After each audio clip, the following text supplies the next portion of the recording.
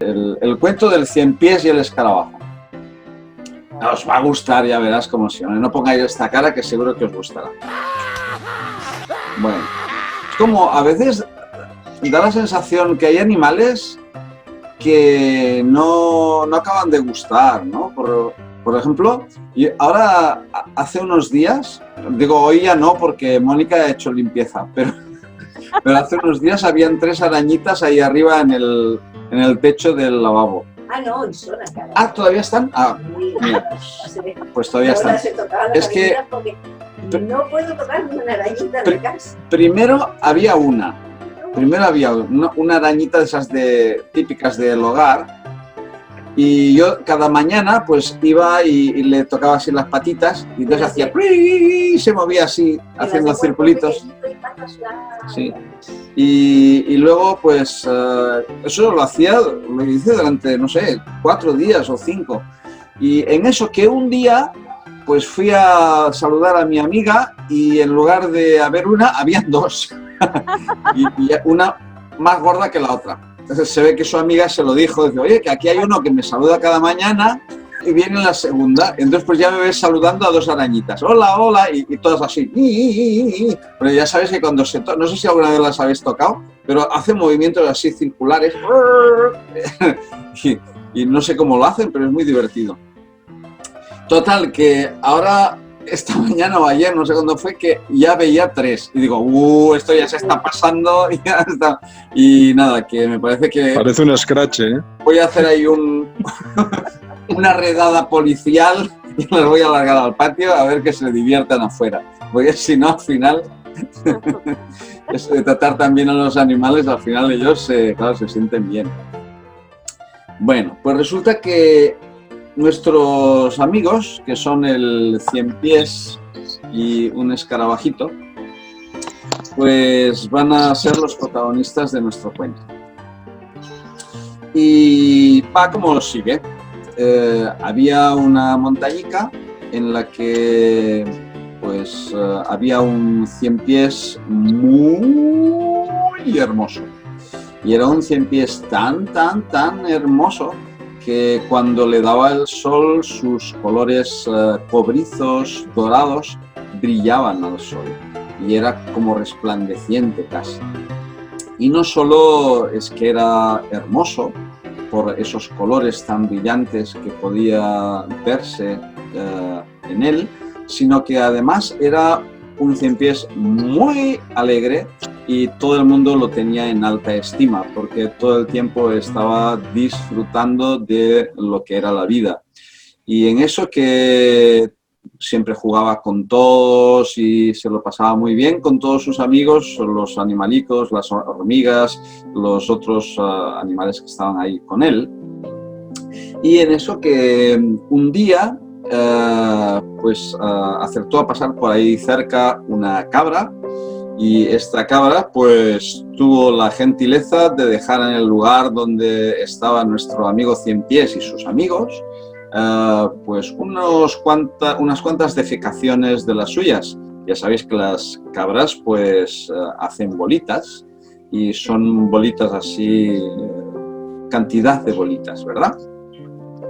Bueno, pues resulta que nuestro amigo cien pies, cuando cayeron estas bolitas alrededor suyo, ¡pum!, se le iluminó la mente y dice, ¡oh, qué divertido! Todo de pelotas para jugar. Y en eso que empezó a mover sus piernecitas, sus piececitos, y empezó a hacer malabarismos con las pelotitas. Y todo el mundo, las hormigas, las mariposas, bueno, 50.000 bichos que habían por ahí, todos ahí mirando y alucinando pues con todo lo que hacía con sus patitas y con las pelotas, los malabares que hacía. Y en eso que también había por ahí un escarabajo pelotero que dice, me está jugando con mi comida, esto es mi comida, ¿cómo es posible que esté jugando con mi comida?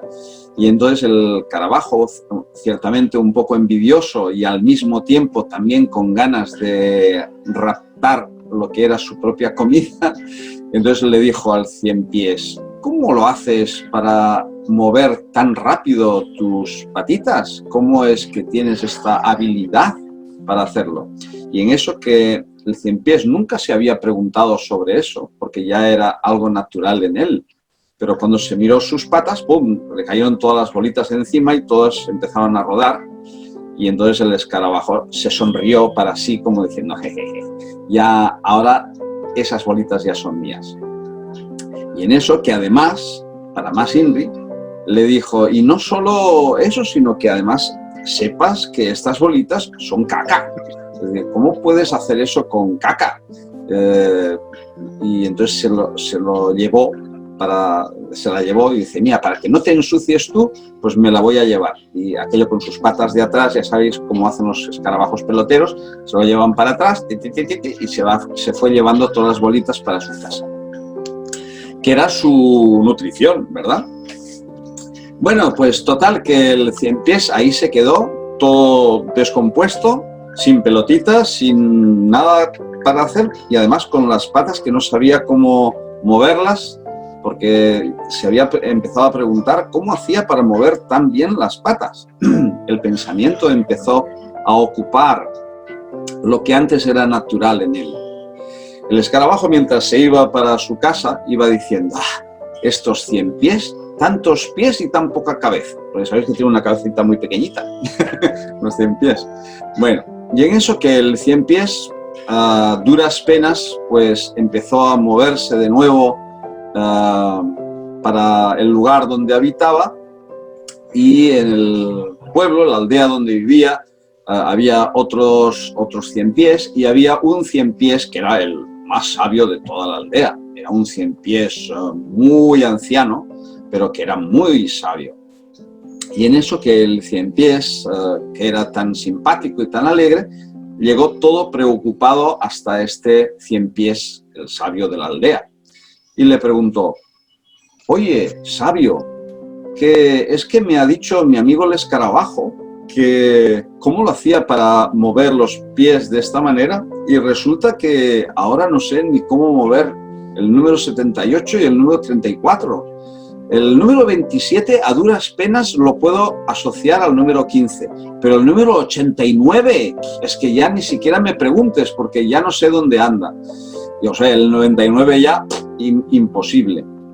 Así que, ¿cómo lo haces tú ahora para mover todos tus pies y para hacer todavía las cosas que sabes hacer y además ser un sabio como eres?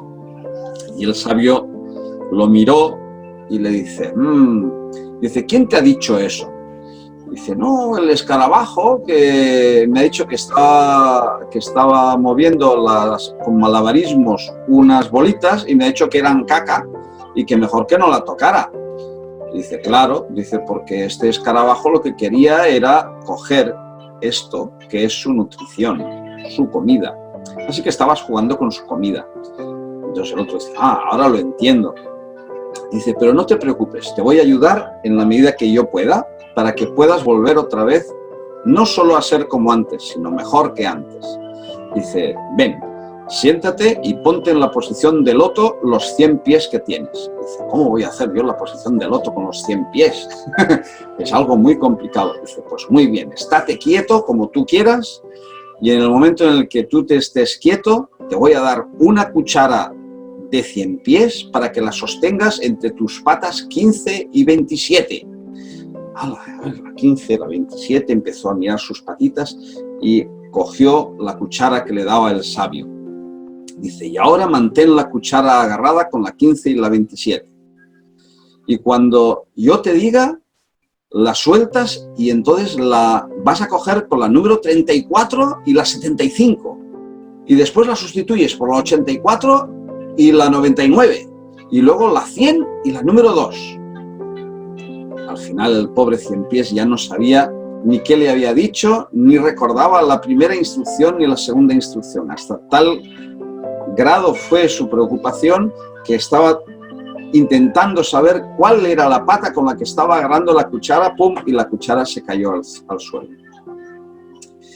Y entonces, apesadumbrado, le dijo a su sabio amigo, le dice, mira, oye, lo siento, no he podido seguir el ejercicio que me has dicho porque mis patitas es que no tengo coordinación con ellas.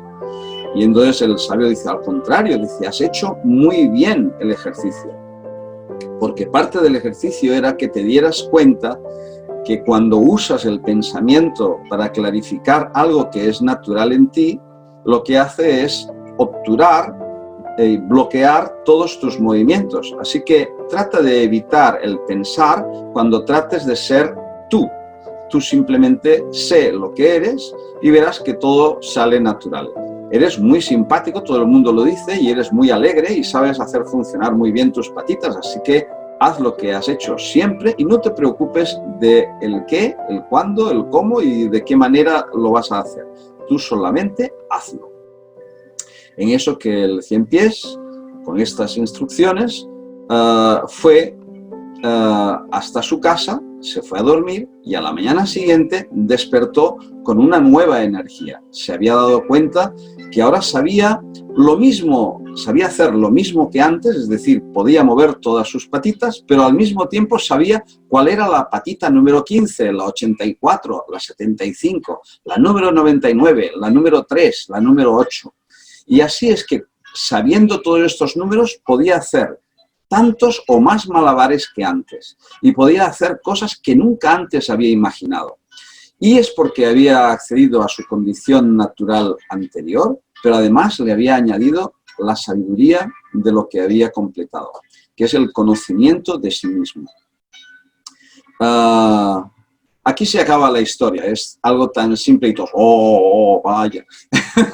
Entonces, la historia del Cien Pies es la que nos pasa a la mayoría de nosotros cuando nos intentamos preguntar sobre tantas cosas, y hay tantas cosas que no sabemos exactamente cómo funcionan, ni qué son, ni por qué pasan, pero si llegamos a la condición natural de lo que somos, lo más divertido es que todo lo que vayamos adquiriendo como conocimiento no nos ha de pesar, sino que nos ha de ayudar a ser mejores que antes. Y colorín colorado, señores y señoras, este cuento se ha acabado. Son cuentos que son recopilaciones. Quiere decir que es posible que podáis ver en alguna ocasión pues, algún cuento relativo al Cien Pies, que después de preguntarle a alguien ¿y cómo lo haces para andar con 100 pies? Y entonces desde entonces dice que aquel 100 pies ya no volvía nunca más a caminar porque estaba todo el rato pensando en qué pata es la que iba a usar. Y luego hay un cuento zen que era relativo a esta experiencia de coger la cuchara. Coger la cuchara es coger los pensamientos. Entonces el maestro le dice al discípulo, dice, oye, mira, esto es la adaptación de este cuento al de la 100 pies y la cucaracha, y el escarabajo este. Que le dice el maestro, mira, medita con esta cuchara y cuando yo te digo la sueltas. Entonces, pues en un momento dado, el discípulo estaba andando la cuchara, el maestro dice, suéltala, entonces él la soltó. Y entonces el maestro le pregunta quién es el que coge la cuchara o si la cuchara te coge a ti. Si tú eres el que coge la cuchara, eres tú el que domina tus pensamientos, no eres la mente que te controla a ti, ¿no? Entonces la idea es jugar muchas veces con estas anécdotas, estos tipos de juegos de palabras, para entender muchas veces lo que hacemos con nuestra propia mente, nuestro propio poder personal, y si realmente le hacemos caso a este poder personal para que podamos llegar a algún lado. A lo mejor no consiguió ni una vez lo que el maestro le quería que hiciera con la cuchara, porque usando la mente para aquello, pues no fue capaz. Pero el trabajo que hizo de entrenar la mente, luego cuando dijo, vale, después de ese periodo de estar pasándolo mal, si quieres, o estar utilizando esta herramienta, pues que tiene sus normas, ¿no? Que es, pues... La estructura y la limitación. La estructura, la limitación, una cosa detrás de otra, el orden, esto que parece que es tan malo para el rollo New Age, pues no. Claro. Yo lo quiero defender como que es una herramienta que vale la pena entrenarla. Claro. En su momento, y luego sí, que a la hora de vivir, entonces no tienes que solo funcionar con las reglas de la mente porque es absolutamente limitante. Y es cuando entonces es, pues vale, ser tú. Pero ser tú, si la mente no la has trabajado nada, pues no sé yo. Muy bien, un aplauso. Bien. Claro, es que va por ahí la cosa. La historia del escarabajo es lo mismo cuando nos remitimos a la historia de Adán y Eva y la serpiente. Entonces, cuando uno dice que la serpiente era mala porque tentó a Adán y Eva, etcétera, etcétera, pero es que sin esta causa no se hubiera dado todo lo que se ha dado como conocimiento en la humanidad. Y el conocimiento bien empleado es un conocimiento que nos lleva a algún lado. Entonces, lo que es importante es recordar eso. O sea, cuando uno nace y nace con esta inocencia del bebé, después es enriquecida con toda una serie de dificultades y también cosas que no son dificultades, toda una riqueza un abanico de avalorios y de historias de 50.000 cosas. Y lo que nos tenemos que encontrar es que por causa de eso, los que atravesamos todo este paisaje y llegamos a un punto en el que este paisaje sabemos aprovecharlo adecuadamente, nos damos cuenta que sin perder la inocencia original, es decir, el recuerdo de sí de cada uno que a veces decimos en nuestros textos, ¿no? Es decir, ojalá que la humanidad vuelva al recuerdo de sí, al recuerdo de su origen. Entonces, sin perder esta memoria, accedemos a una cualidad gracias al conocimiento, es decir, gracias a la mente y a una serie de informaciones que después nos hacen preguntarnos sobre nosotros mismos. Es como si ahora yo me mirara en el espejo y gracias a esto que estoy mirando en el espejo yo me enriquezco.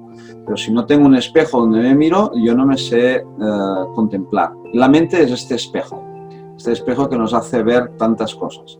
Y el escarabajo hace la función de la serpiente. Es este que va así sibilinamente, va diciendo, ¿y cómo haces para mover tantas patitas? Y el otro, entonces el otro le obliga a preguntarse cosas. Y eso es muy importante. Cada vez que nos encontramos con un conflicto, una dificultad, una situación que es anómala, como la que estamos viviendo, nos hacemos preguntas que de otra manera no nos las haríamos. Así que es muy interesante. Sí, señora. Muy bien. Los estilos de ser, estilos de sentir, estilos de pensar distintos, ¿no? Que cada uno tenemos predominancia de unos o predominancia de otros, ¿no? Entonces, en el ámbito, como trabajo con niños y con niños que tienen dificultades en elaborar lenguaje, ¿no? Entonces, para que el lenguaje sea comunicativo, tiene que haber una parte de hemisferio izquierdo, una parte de estructura, de orden, tiene que haber un trabajo mental bien ordenadito y una parte de hemisferio derecho, tiene que haber las dos cosas. Entonces yo observo pues niños que tienen una predominancia. Ellos de forma natural son más de hemisferio derecho, ¿no? Más de espontaneidad, y entonces todo lo que implica el orden, pues poquito a poquito tienen que sentir que hacen un entreno de eso también. Qué curioso que no ha sido pensado, pero ha surgido así, que es el hecho de que ella lleve las rayas horizontales y yo lleve las rayas verticales, ¿no? Y esto, que parece una coincidencia, nunca es una coincidencia gratuita, es algo que surge de una manera natural en las cosas, sale una polaridad cuando nos ponemos de acuerdo en ordenar nuestra vida, en enfocarnos de alguna manera juntos, y entonces se considera que hay algo que es esta mente conectiva que nos unifica a todos, que nos hace que uno tome una polaridad, otro tome otra, y así vayamos actuando para que se desarrolle un concepto armónico.